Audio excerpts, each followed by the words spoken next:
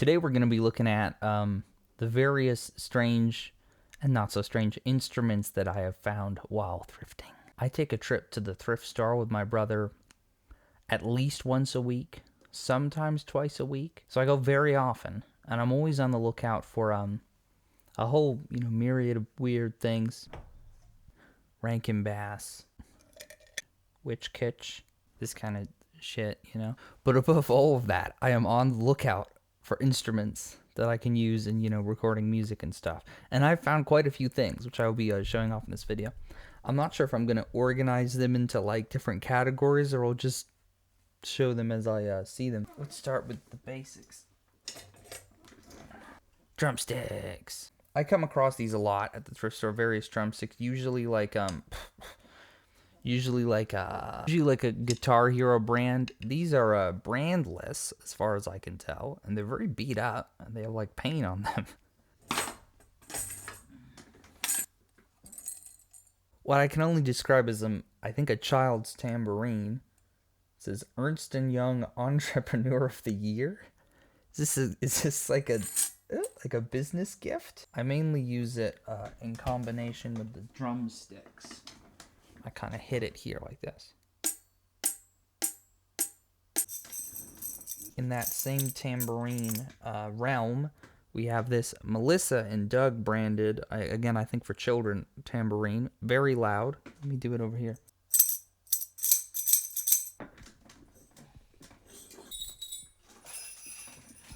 Ooh.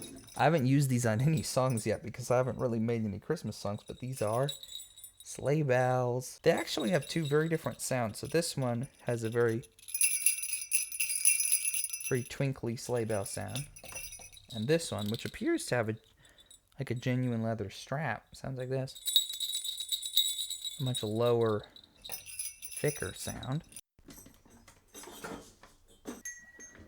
I don't think I've used this on any songs, but it's like a bell. This is another bell. God, that's loud. I've used this in Foley. That's about it.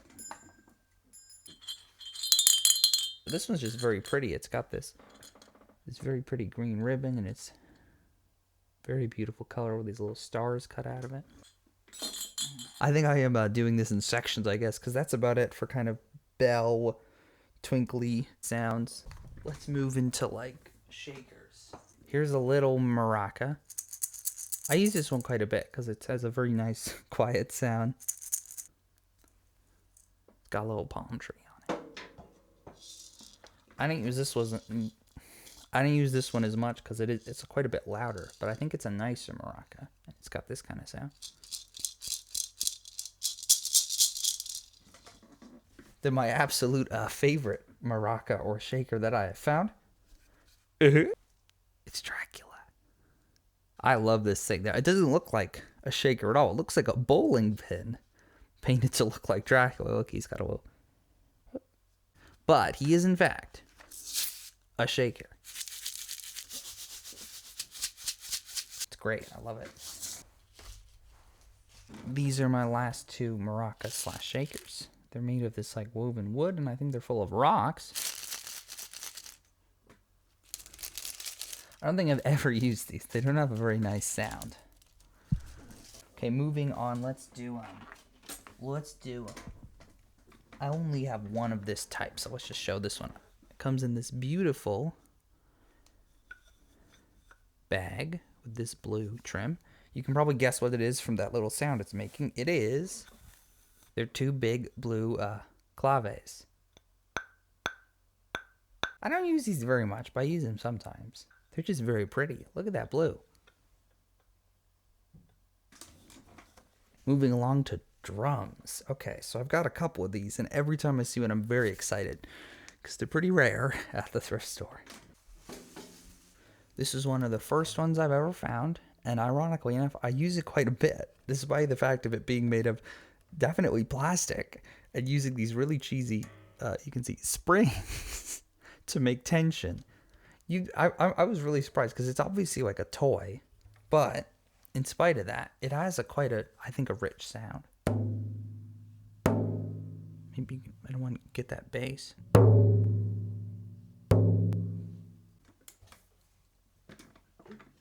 These are a more recent find. I was really excited when I saw them because I was like, oh, bongos. One of them, this one, works all right. You can hear it. But this other one, something happened with the skin tension, and it's just very dull. It barely sounds at all. You can't see that. It's all messed up there. And unfortunately, they're just not. You can't like tighten them or anything. This is just like pinned on. Very cheap.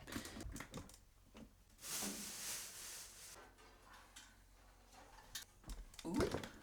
This was a very exciting find when I saw it, but unfortunately, I have not been able to use it much. So let me see if you can see this. This is a snare drum, but it's missing the head. So it has no head, and it has no the metal rim that attaches the head. It's missing most of the like pieces to attach that. It does have, if you can see that, it has the snare, but of course without the head, it just doesn't quite have the same sound that a snare drum's supposed to have. If you just hit this side, it sounds like. Hopefully someday I'll order a head for this. They're a little expensive, at least getting all the different pieces, and then I can make this work again.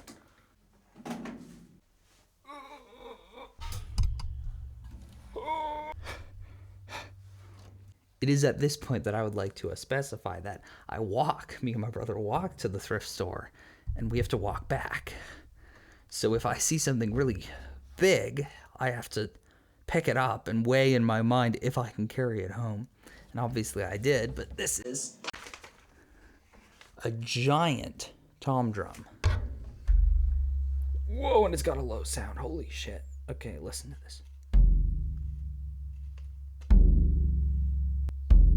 I don't actually use this on songs much because I'd have to move it all the way over here. Also, this microphone doesn't pick up drums very well because it's a condenser microphone. It's for, it picks up bass frequencies better when you get closer to it. And so obviously with a drum, you can't really get the mic that close to it because it's so, big. What part of it you're getting it close to? Anyway, so big shout out to my brother for helping me carry that home. We kind of traded it off. It was so heavy. Next, this is one of my absolute favorite finds. I use it almost all the time.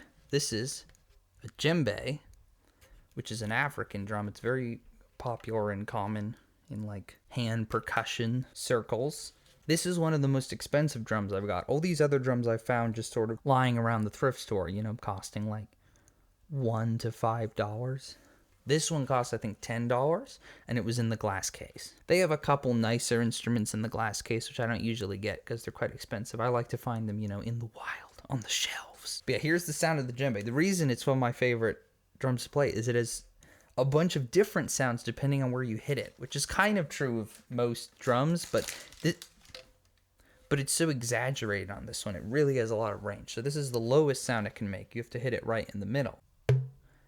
And then as you move towards the edge of the drum, the outer rim out here, the sound gets kind of higher and thinner.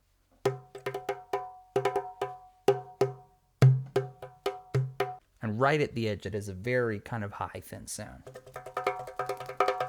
Love this thing. I should point out, this is not a normal sized djembe. This is a tiny one. The normal, like, standard ones are, I think, twice this size, if not bigger. Okay, let's see.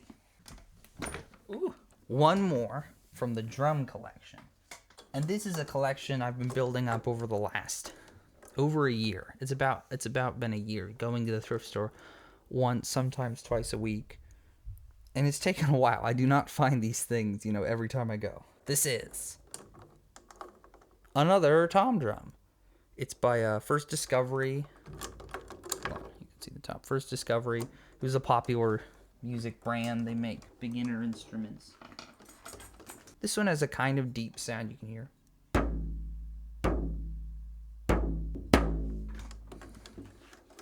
I've used it on a couple songs. Not super often. I usually go for the much lighter plastic one because it sounds alright. Okay, let's move on to the blowing instrument collection. First one I found was this. This is a wooden recorder. I think it's wood. Yeah.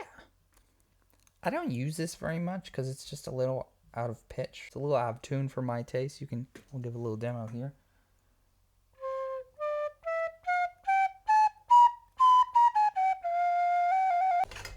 Then we have this one, which is all look and no sound. Let me give you a close-up of this. It's very pretty. I imagine it's supposed to look like a totem pole. I'm going to attempt to play it, but it has an awful sound. It is clearly meant for decoration and not for playing. Although they did put the holes in it, so it makes a sound. It just sounds so bad. Close your ears.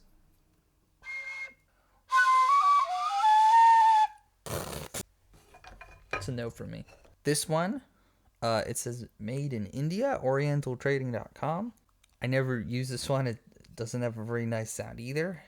And the holes are very big and far apart, so it's hard to finger it. Let's see.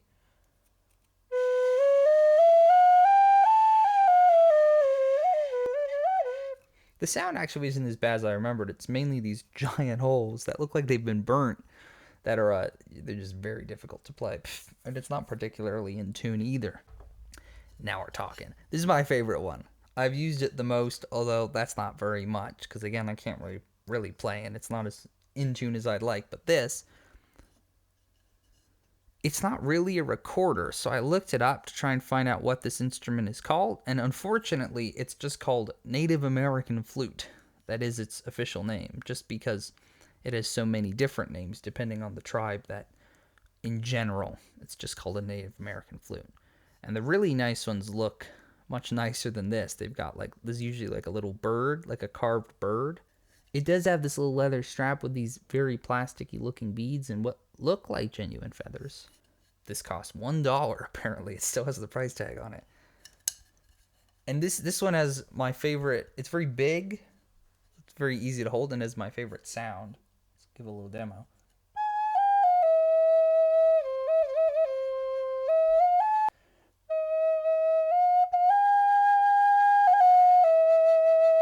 It's just a very nice warm sound. It's a little pitchy in the middle area, but overall, I like the sound and some of the notes are in tune, so I have used it on a couple songs. Last, and probably least, is a very common thing you can find at the thrift store. It is a train whistle. This is barely a musical instrument. I've used it once as Foley in an animation. You probably know what these sound like, but here's a little demo. Okay, moving on to a different category. Let's call this category melodic instruments, I guess. Kalimba. So this is the only kalimba I've ever found at the thrift store. It's not a super nice one, but most kalimbas have a decent sound. You can hear. Oh, I forgot. This one's tuned to a very weird scale, and I found it like this. I did not tune it. Very spooky. I like that.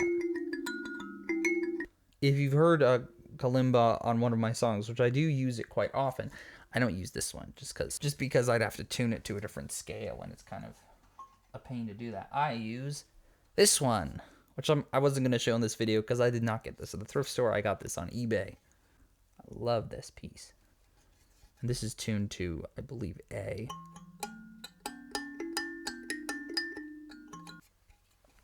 Next. Okay, this is going to be a pain. I'm actually, let's do that one last, because I'm going to have to pick up the camera to show it to you, because I cannot pick it up. It is quite heavy. So before we do that one, let's do second to last.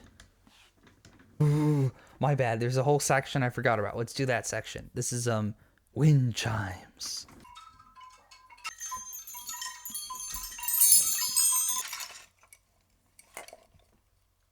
You may be wondering, Ian, why do you have so many fucking wind chimes?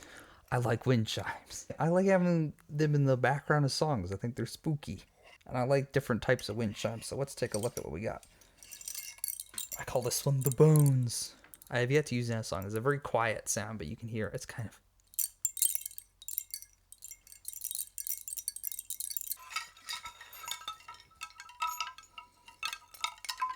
This one's definitely my favorite one that I found. I think it has a wonderful wooden sound. It's the only wooden wind chime I've found. And you can hear its sound here. Some real, Ocarina of Time shit over there. I don't think I've ever used this one. It's very belly. I don't know, it's not awful. I should use it on more stuff, but yeah, not a great sound.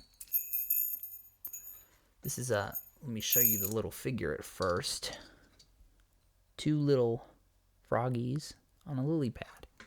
And this one is a very thin, high-pitched sound.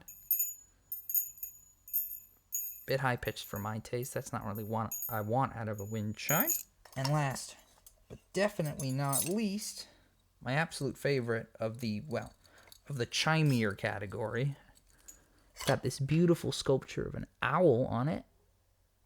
And it has a wonderful, classical wind chime sound. Isn't that beautiful? I've used this on a bunch of stuff. I love that sound. Okay, that's it for the wind chime collection. Let's move these back to whence they came.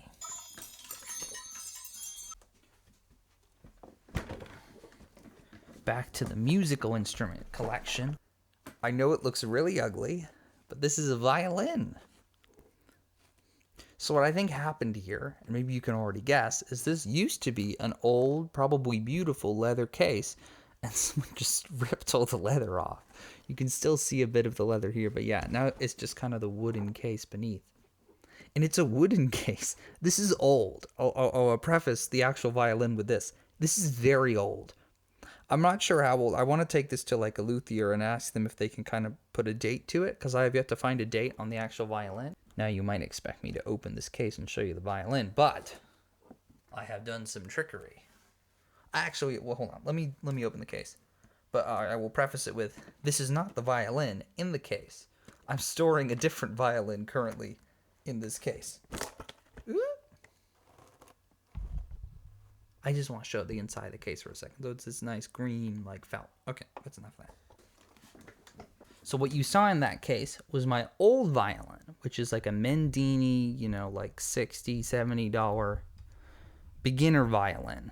Very super beginner. And I'm storing that in there because I don't really have another place to put it. No, the violin that at the thrift store that came in that, I have outfitted. This is a relatively recent development. Here it is. This is the $20 violin that I found at the thrift store that it just smelled old. So when I got it, it had like 2 strings on it. They looked really old and like unusable. They were all rusty and like curled up. So I put new strings on it. It did not have a bridge. That's this part here. I want to do a video explaining the different parts of the violin for people who don't know.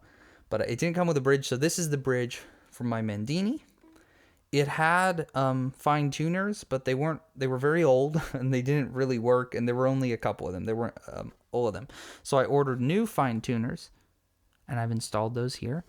It did not have a chin rest and it did not have a shoulder rest. So these are both from the Mendini. I will say it did come with a bow. I'm very sad about this. It has a bow. It looks like it's from the same, age as this violin. But whoever stored this violin was clearly not a player because they left the bow basically at full tension. So all the hair is just kind of ripped off. It's very sad. I kind of want to take the bow again to a luthier and maybe get it re-haired. This thing has glue all over it. But I will give a sound demo using the Mendini bow, which is a fine bow.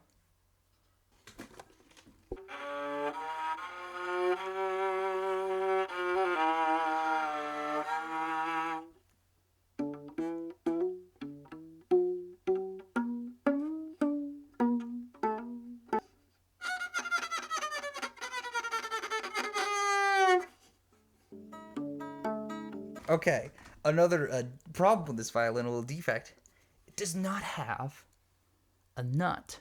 So a nut is a little piece of wood that goes here that holds all the strings in little grooves. So right now, all I've done is the strings are just resting. Hold on, let me get the camera angle. The strings are resting directly on the fingerboard, and they're just sort of chipping into it, and it's pretty awkward. Okay, this is the one where I have to pick the camera up. Show it to you. Ta-da! Let's get there's the Olaf collection. So this is the last instrument I wanted to show off. You can see the 2 shakers, and there's the Kalimba. There's that drum on the ground. This is a Barbie piano from the early 2000s. And yes, this is in fact the heaviest item I've ever bought at the thrift store. It was very difficult to take this home. And this instrument has what I can only describe as a terrible sound.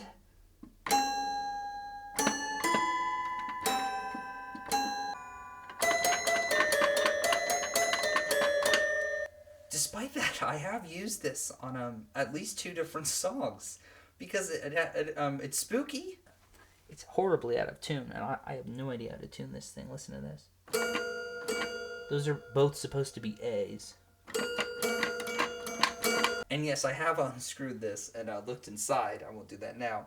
The way it works, people who've seen these pianos before probably already know, but the way this thing works is these are plastic keys, and they're attached to plastic hammers, and the plastic hammers hit these giant metal rods. Like these giant vertical metal rods that kind of resonate like bells. Alrighty, so unless I've forgotten something, that should be everything every instrument that I have found at the thrift store. I found a lot more just stuff at the thrift store, but I think I'll save that for a different video maybe.